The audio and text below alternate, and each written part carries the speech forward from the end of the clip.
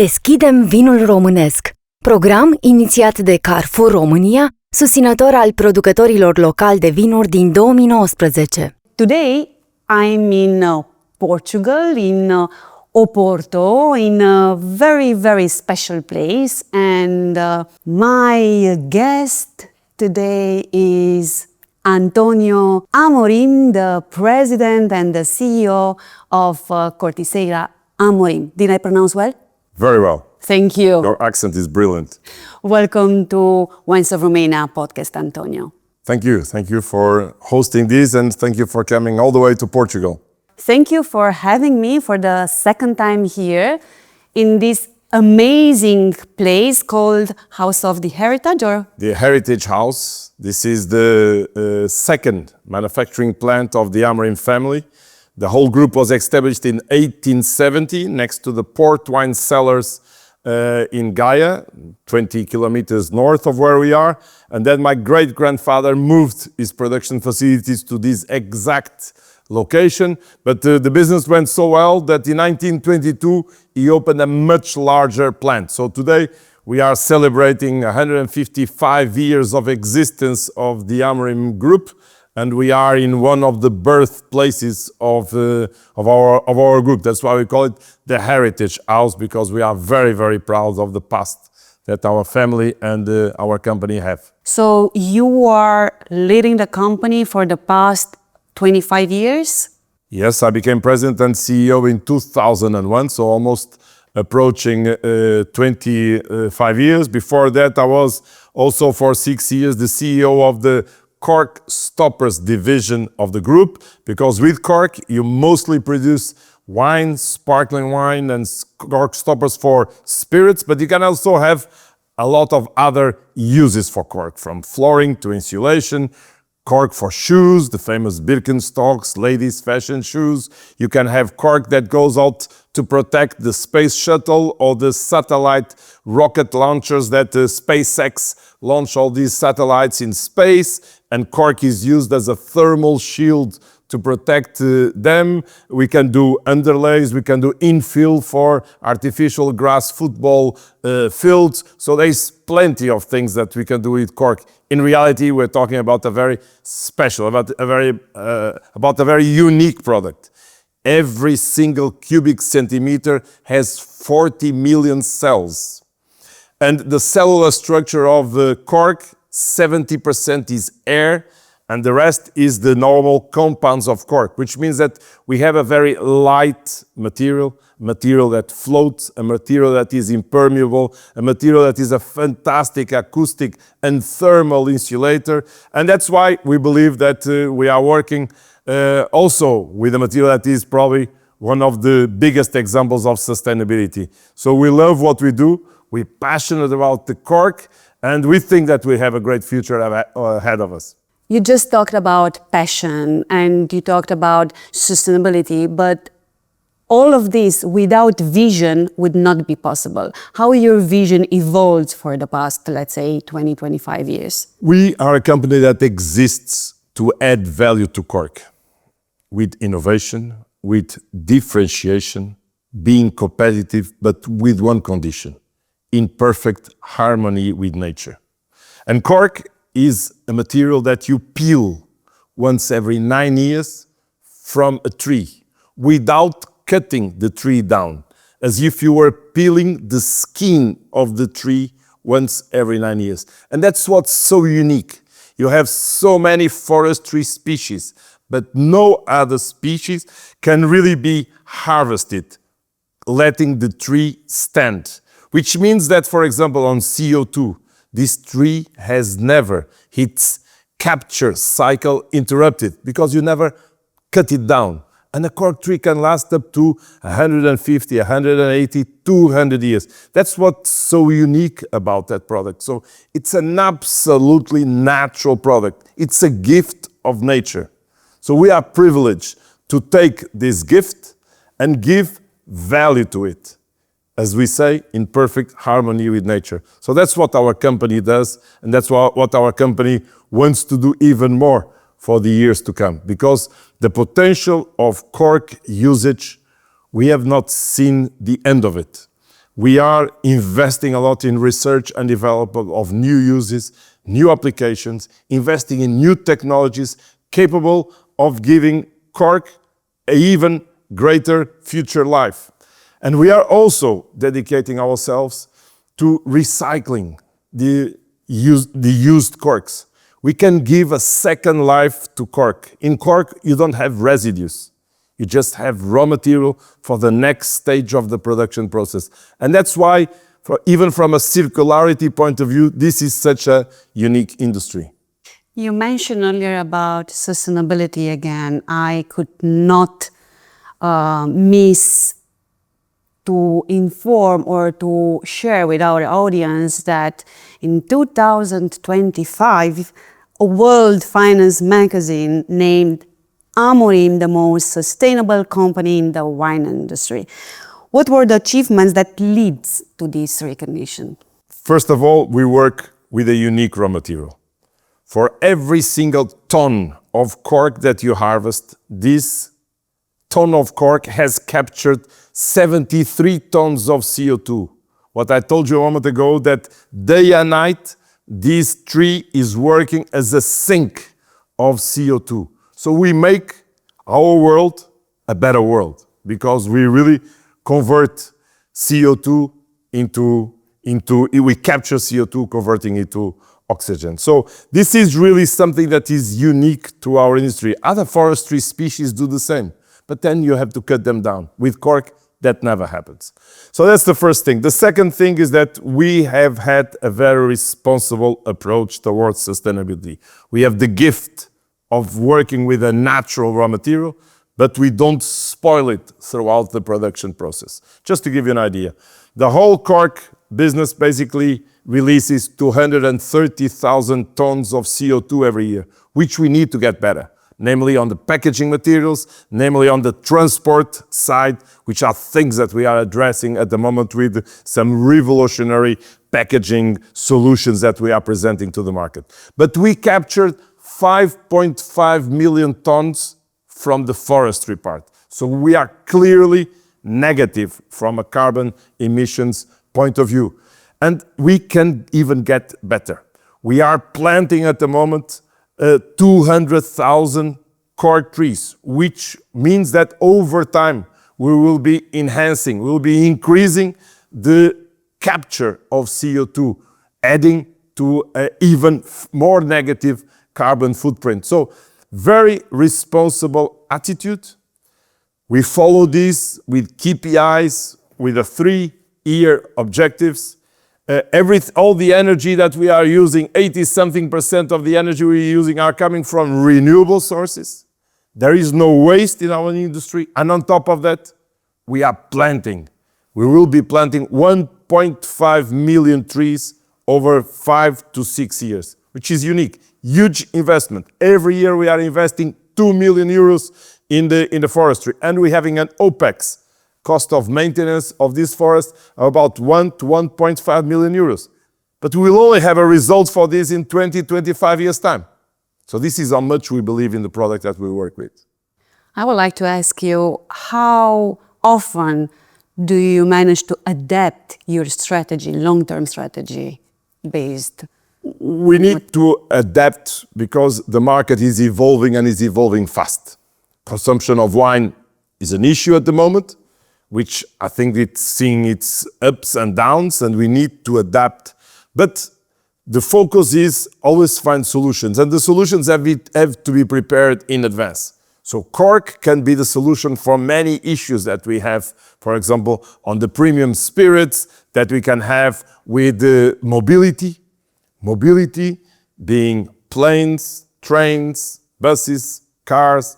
Everybody wants light and natural, ecological, responsible materials. This is what cork is. We have a light material and we have a material with a negative carbon footprint. So we are researching, we are partnering with some other people in order to bring solutions to increase the scope and the market perspective for cork. So very heavy investments, but we feel good creating new leads. As the world market leader, that's the responsibility of the leader to guide the way, to tell people where we want to go and to put talent and resources to get there. I was very impressed last year, for example, when I visited for the first time, many factories that you are owning, but also I was able and lucky enough to meet Miguel Cabral at the R&D department, and I was impressed by all the efforts and resources which you are dedicating constantly to the R&D, and not only R&D, but also education.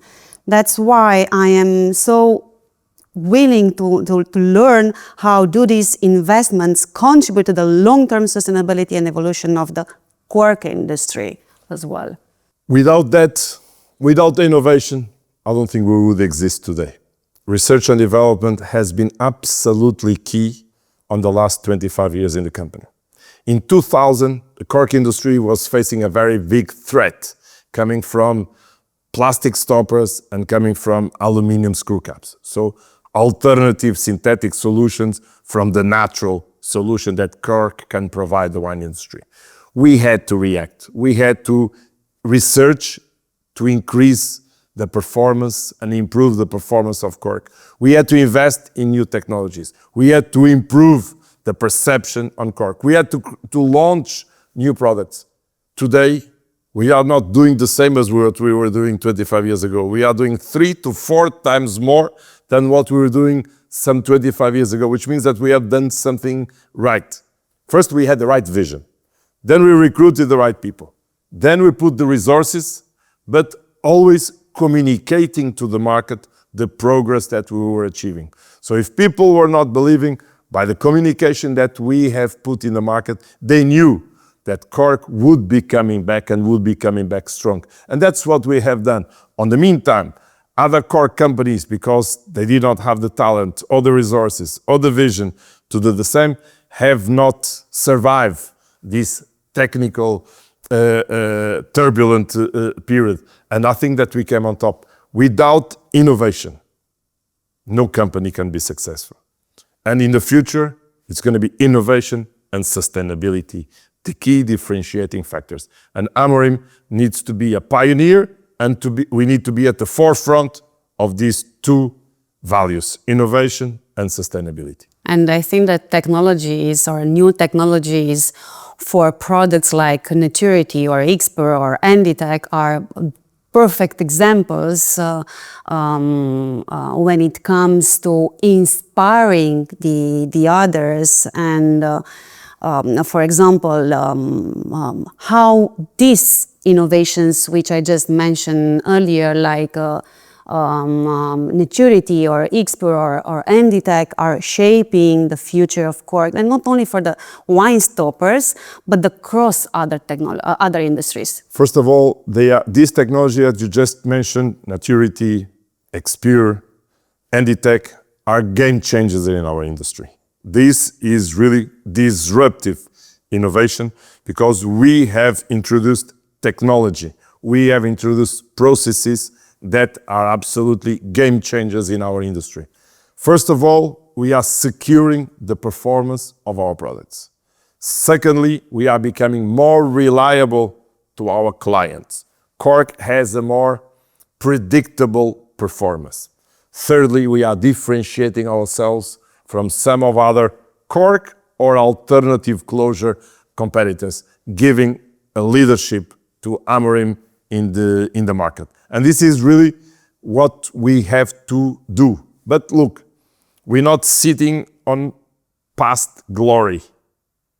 The recipes of the past are not the same recipes for the future. But the attitude is the ambition of wanting to be better, to provide a better product, a better service, to surprise positively our clients. That attitude, we cannot let it go. So we are keeping everybody in the company on our toes to making sure that we will continue to develop, to propose, to promote innovations in everything that we are doing. You were here 1 year ago. I'm sure you have seen some differences from the time that you've landed in Portugal this time. So that's the continuous improvement and continuous innovation that we want to bring to the market. you are a leader in production and innovation when it comes to cork. I would take this opportunity to ask you, what major trends do you want or do you estimate and would like to share with our audience when it comes to the I think industry? that today there is a challenge. The wine industry is having some challenges. Consumption in the world is not growing. Per capita consumption in the most important wine consuming markets is coming down. And that's not being compensated by some emerging markets like China, India, or Brazil that would be somehow balancing the world consumption. So I think that the industry is at the moment in a state where innovation is going to be marking the difference of our industry in the future. The fact that you are proposing new products to the market, that the fact that you are attracting new publics, younger or older, with the religion conflicts or without religious conflicts. So we are trying to attract new consumers into wines that are not the traditional wines that are evolving with time, the no-low wines. That's the kind of thing that today is being proposed in the market and gaining some ground. Over time, I think that regular, frequent drinkers will probably consume less because there is also a demographic evolution. But the occasional consumers will be in higher number. And if the occasional consumers will be in much more millions of people, it means that people will probably not be so sensitive to price when buying a bottle of wine, but they will be a lot more sensitive to quality. They want to have a moment of pleasure. They want to have a moment that they will remember happily. And wine is more and more a product of culture. You have wine on a social gathering, on a family occasion, on a celebration, on a party, with your friends, with your family. So I think that the conviviality, these good moments that we all have in life, I think wine is a witness of those moments. And I believe that this is what we will see happening more in the future. So not per capita consumption might decreasing, but the number of people enjoying these special moments will probably be higher. So we see 2 or 3 years in which consumption worldwide might come down, but then we will see an upward trend eventually with all these new products that are being proposed to the market, opening the market for a wider public.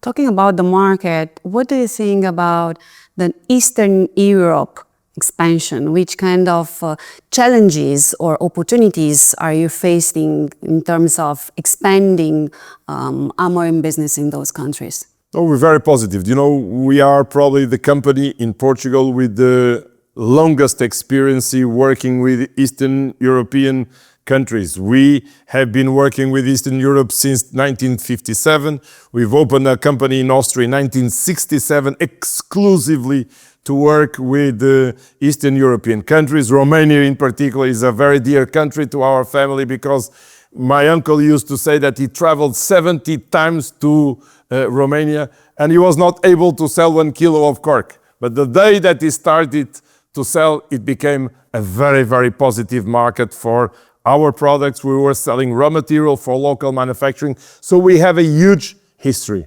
I think that you have great conditions to produce fantastic wines. I think that the people will evolve to drink wine in a conviviality way. And what I am tasting from Eastern Europe is surprising me every day. It's getting better and better and better. Eastern Europe, depends where you go in Eastern Europe, but there is also a tradition on sparkling wine. Probably not so much in Romania, but in some other countries. Increasing. Sparkling wine, it's a category that worldwide is increasing. Because sparkling wine is associated with positive things. Festivity, celebration, victory, anniversaries, something that is positive. And I believe that sparkling wine is something that we will see growing in the years to come, in Romania, in other Eastern European countries. So, and this is a product that Amorim is by far a world leader. We work with the best champagne brands in the world, with the best Prosecco, with the best English sparkling, with the best Spanish cavas or Franciacorta in Italy. So I believe that you have a lot of potential in your area of the world. And climate change might be bad for some areas of the world. Probably in your part of the world, it's not going to be so bad for wine development. So very positive on the way that our group is present and our group is developing and growing in Eastern European markets, which for us is a very dear market to our company and to our family. We have been traveling there for more than 60 years. And that shows the great commitment and vision that my predecessors had on the future of this part of the world in the wine industry. So your uncle traveled to Romania 17 times? 70. 70! Even more. He was, in the old days, there was one single company that bought all the cork. There were, I think, 2 or 3 factories in Romania that were buying raw material. And he had a tremendous difficulty, but he loved the country. He was speaking always so much about Romania because that was probably for him the biggest challenge that he had. And he did very well, From the late 60s, early 70s, Amorim started growing we became a world leader in cork because we became the most important company supplying Eastern Europe in the 70s.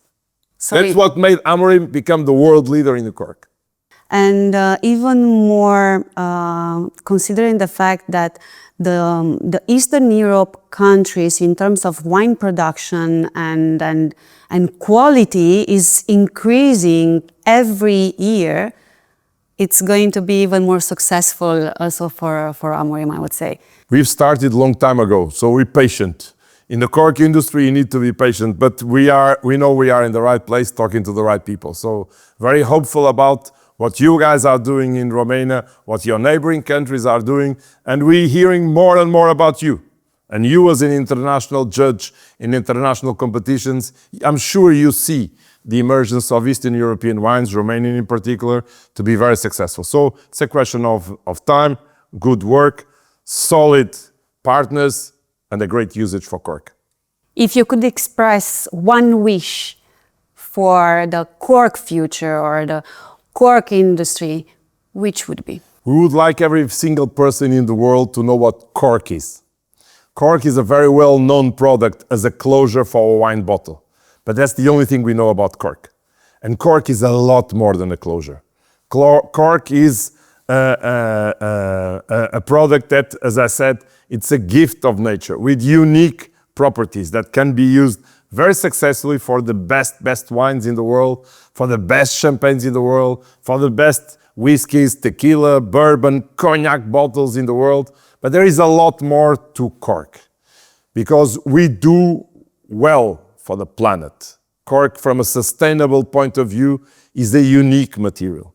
We capture all this CO2, making us live in a better planet. So the more people know what cork is and stands for, I think that the audience towards cork consumption, being a closure or being a flooring or an insulation or a Birkenstock shoe, will grow definitely in the future. So we all need to convey the cork message and let people know what cork is. And then they will think about it and they will say that this material is absolutely unique. And that's a wish that we are working every day to promote this fantastic product. Thank you so much, Antonio, for all the insightful words and messages. And I wish that the next video interview would be done in Romania, and looking forward to have you in my country. And when was the last time? I will not ask you if you have ever been to Romania. When was your last time in Romania? Have you ever been to Romania? No. So a good reason. You will be my best reason to go to Romania. Because you've been so kind coming to visit us already twice. The people that we have working in Romania, The Valent family are doing an absolutely outstanding work. So you are absolutely right. I made that promise. I will fulfill it next year. Looking forward. And in the meantime, we are going to expand and to make even more well-known the success, not only the product of created here in Amorim world, I would say. Thank you so much. Thank you for watching this episode. Thank you for being now even more curious about Amorim, not only stoppers, not only Cork, but all the philosophy when it comes to Amorim. See you next time to Wines of Romania podcast with same passion, new stories and great wines.